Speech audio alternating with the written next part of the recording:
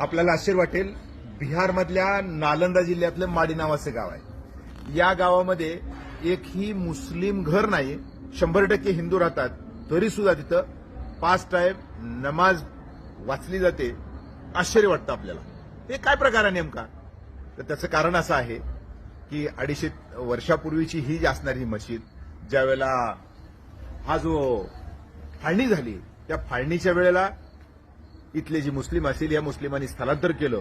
मात्र तरी सुद्धा या हिंदूंनी ती जी काही मशीद असेल पारंपरिकपणे आजही जपलेली आहे.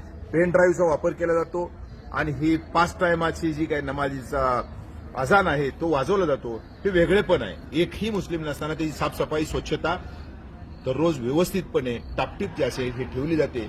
याला हिंदूचा सहिष्णुता म्हणा किंवा आपल्या पद्धतीने काय म्हणायचं ती म्हणा. मात्र बिहारमधल्या माडी गावामध्ये एकही मुस्लिम नसताना मशीद चालू आहे आणि तिच्यामध्ये 5 टाइम नमाज त्या ठिकाणी वाचली जाते.